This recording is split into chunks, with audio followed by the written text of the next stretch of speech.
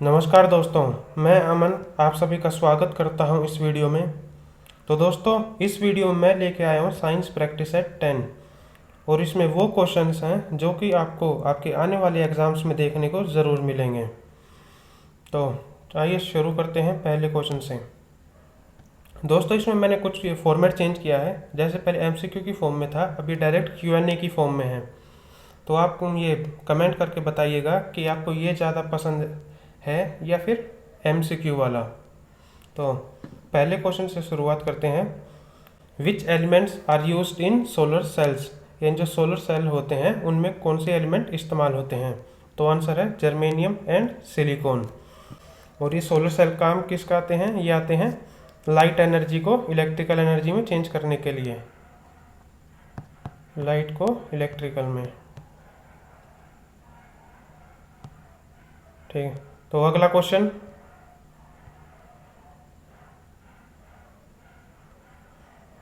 What is the wavelength of visible light?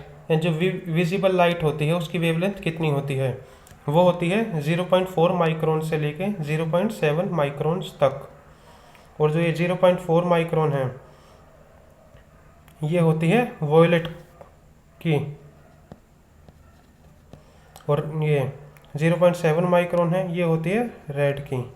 इसी बीच में आती हैं ये बाकी की ये लाइट वॉयलेट के बाद, जैसे Indigo, blue, green, yellow, orange. ये जो जितनी भी ये विब की और जो आपने पैटर्न ये देखा होगा, तो उसकी जो वेवलेंथ होती है वो होती है 0.4 से 0.7 माइक्रोन्स तक। और जो विजिबल रेज हैं इनके खोजकर्ता कौन है? वो है न्यूटन। तो अगले क्वेश्चन की ओर। The smell of LPG is because of, जो एलपीजी में स्मेल आती है वो किसकी वजह से आती है? वो आती है इथाइल मरकैप्टन, या फिर इसे सिंपल मरकैप्टन भी कह देते हैं। और जो इसका फॉर्मूला होता है वो होता है C2H5SH। ये गैस जो इथाइल मरकैप्टन है ये स्पेशली एलपीजी में डाली जाती है ताकि अगर कभी एलपीजी लीक हो तो हमें पता चल सके कि लीक है। Question 4। What is the focal length of a spherical mirror? जो स्फेरिकल मिरर होता है इसमें ये कनकेव और कॉन्वेक्स दोनों मिरर की बात हो रही है, कनकेव प्लस कॉन्वेक्स। इसकी फोकल लेंथ कितनी होती है? वो होती है half of its radius of curvature, यानी जो इसकी रेडियस ऑफ कर्वेचर होती है उसकी आधी। तो अगला क्वेश्चन, ये question 5। What is the world first magnet, यानी दुनिया का पहला मैग्नेट कौन सा था?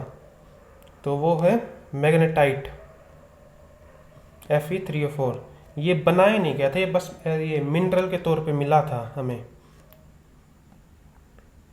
तो अगला question. Who was the inventor of dynamo? यानी जो डायनामो होता है जिसे हम बेसिकली जनरेटर भी कहते हैं, तो इसका इन्वेंटर कौन है? वो है माइकल फैराडे। और ये काम किस पे करता है? ये काम करता है इलेक्ट्रो मैग्नेटिक इंडक्शन पे। तो अगला question. If we increase the temperature then rate of diffusion will, यानी अगर हम टेम्परेचर को बढ़ा देते हैं तो जो डिफ्यूज़न है उस पर क्या असर पड़ेगा? ये डिफ्यूज़न होता क्या है? घुलना, सिंपल हिंदी भाषा में बोलने तो। जैसे कि आपने देखा होगा कि जैसे गर्म दूध में अगर हम चीनी को मिक्स करें तो वो जल्दी मिक्स हो जाती है, तो ऐसे ही सेम ही है, इसमें rate of diffusion will increase. इसमें जो सबसे ज़्यादा रेट ऑफ डिफ्यूज़न होता है वो होता है गैस में, फिर उसके बाद लिक्विड में, और सबसे कम सॉलिड में। तो question 8। Which is the lightest metal in nature, यानी नेचर में जो सबसे हल्का धातु है वो कौन सा है? तो वो है लिथियम। ठीक, और जो नेचर में सबसे ज़्यादा भारी धातु है दोस्तों वो मैंने पिछली वीडियो में करवाया था, तो अब आपका काम बनता है कि उस कमेंट सेक्शन में कमेंट करके बताइए कि वो कौन सा है। तो question 9, which is the heaviest gas in nature. In nature में जो सबसे ज़्यादा हैवीएस्ट गैस है वो कौन सी है, तो वो है रेडोन। और ऐसा ही अगर पूछ ले कि लाइटेस्ट गैस कौन सी है, ये हो जाएगी आपकी हाइड्रोजन। तो अगला question 10, what is the valency of phosphorus. जो फॉस्फोरस है इसकी वैलेंसी कितनी है, तो जो इसका आंसर हो जाएगा वो हो जाएगा 3 और 5। इसमें या तो ऑप्शन में 3 दिया होगा या 5 दिया होगा, और अगर दोनों ही दे रखे हैं तो जो इसका आंसर हो जाएगा वो हो जाएगा 3। ये जो फॉस्फोरस है इसका जो एटॉमिक नंबर है वो है 15, और तो इस हिसाब से इसकी इलेक्ट्रॉनिक कॉन्फ़िगरेशन हो जाती है 2 8 5, यानी इसके आउटर शेल में है 5 इलेक्ट्रॉन्स, जिसकी वजह से इसे ये कोई भी कंपाउंड बनाना है तो इसे 3 इलेक्ट्रॉन चाहिए होंगे। तो अगला question, which element has only 1 electron 1 proton and 0 neutron. यानी ऐसा कौन सा एलिमेंट है जिसके पास एक ही इलेक्ट्रॉन है, एक प्रोटॉन है और न्यूट्रॉन है ही नहीं, तो वो हो जाएगा हाइड्रोजन। इसका एटॉमिक मास होता है 1।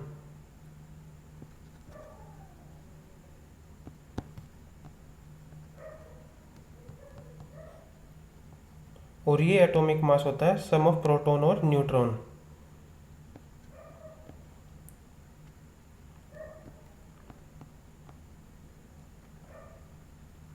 तो इसमें प्रोटॉन 1 है, न्यूट्रॉन है ही नहीं, तो एटॉमिक मास 1। तो अगला question, what is the example of a photochemical reaction. Photochemical reaction का एग्जाम्पल क्या है। ये फोटोकेमिकल रिएक्शन होते क्या हैं, ये होते हैं reaction in presence of light. और इसका जो सही आंसर, ये मतलब इसका जो आंसर हो जाएगा वो हो जाएगा फोटोसिंथेसिस। ये इसकी इक्वेशन होती है 6CO2 + 6H2O in presence of sunlight, ये देगा C6H12O6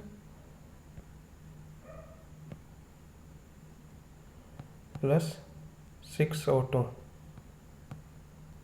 और ये जो C6H12O6 ये है ग्लूकोज। तो अगला question, if we put phenolphthalein in acid solution then the solution becomes.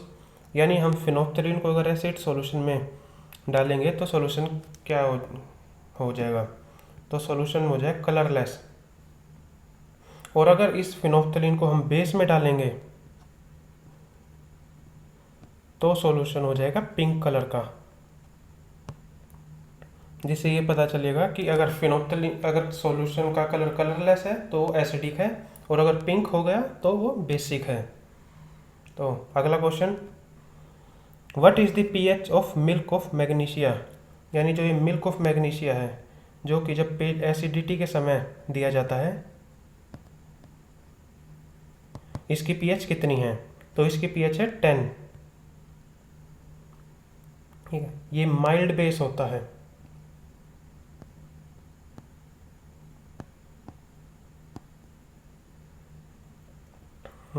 अगला क्वेश्चन, तो question 15, what is the chemical formula of bleaching powder. ये जो ब्लीचिंग पाउडर इसका केमिकल फॉर्मूला क्या है, तो ये है CaOCl2, यानी कैल्शियम ऑक्सीक्लोराइड। और ये इस्तेमाल में लिया जाता है कलर्ड सब्सटेंस को कलरलेस सब्सटेंस बनाने के लिए। तो अगला question, what is the chemical name of oleum. ये जो ओलियम है इसका केमिकल नेम क्या है, तो ये है फ्यूमिंग सल्फ्यूरिक एसिड। तो question 17, which is the most abundant metal on earth crust, यानी जो अर्थ क्रस्ट है उस पे सबसे ज़्यादा मात्रा में पाया जाने वाला धातु कौन सा है, तो वो है एल्यूमिनियम। तो question 18, Dutch metal is an alloy of, ये जो डच मेटल है ये किसका एलॉय है, तो ये है कॉपर का। Question 19, which is the most abundant element on earth crust, जो ये पीछे क्वेश्चन था इसमें था कि मेटल और ये है एलिमेंट, तो जो इसका आंसर हो जाएगा वो हो जाएगा oxygen. Question 20, temporary hardness of water can be removed by, ये जो टेम्परेरी हार्डनेस होती है वाटर की वो किससे रिमूव की जाती है, तो वो है बॉइलिंग, यानी उबालने से। Question 21, who gave the law of constant proportion, यानी लॉ ऑफ कांस्टेंट प्रोपोर्शन किसने दिया था। इस लॉ ऑफ कांस्टेंट प्रोपोर्शन को हम ये लॉ ऑफ डेफिनेट प्रोपोर्शन भी बोलते हैं। तो ये दिया था प्राउस्ट ने, और ये कहता क्या है कि chemical compounds are made up of elements that are present in fixed proportion by मास।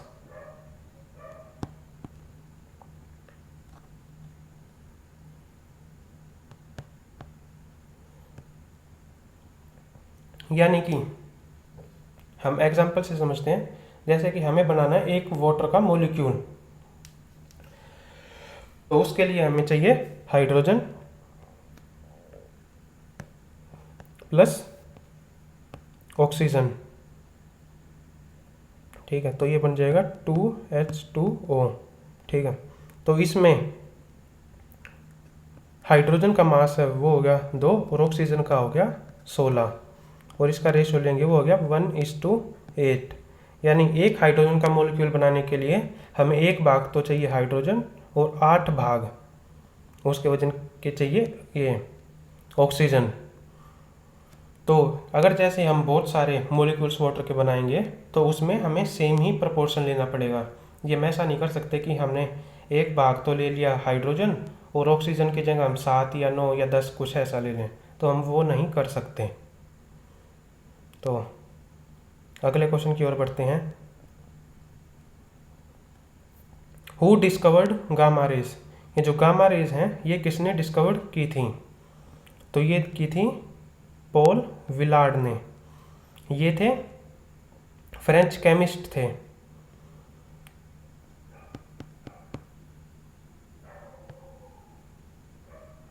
ये उस समय ये रेडियम होता है उस पे एक्सपेरिमेंट कर रहे थे, तो उसमें से उस टाइम इन्होंने डिस्कवर की थी gamma rays.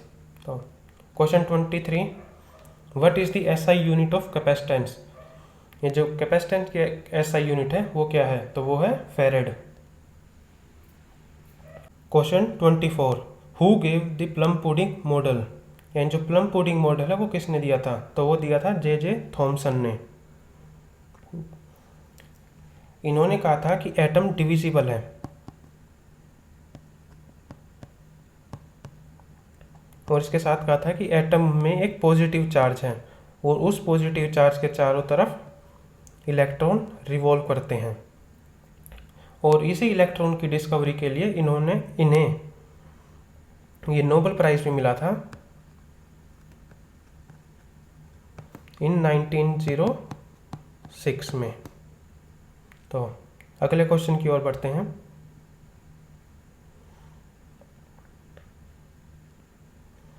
Matchstick are made up of, ये जो माचिस की तीली होती है वो किससे बनी होती है, इसमें ध्यान दीजिएगा कि ये सिर्फ माचिस की तीली की बात कर रहा है, तो वो बनी होती है antimony trisulphide and potassium chlorate की। तो दोस्तों आज की वीडियो में बस इतना ही। अगर आपको ये वीडियो पसंद आई हो तो लाइक कीजिएगा, शेयर कीजिएगा और चैनल को सब्सक्राइब कीजिएगा, और कमेंट्स में ये ज़रूर बताइएगा कि आपको ये वाला तरीका ज़्यादा पसंद आया या फिर वो पिछला MCQ वाला ही। तो ठीक है दोस्तों, मिलेंगे अब सैटरडे के दिन।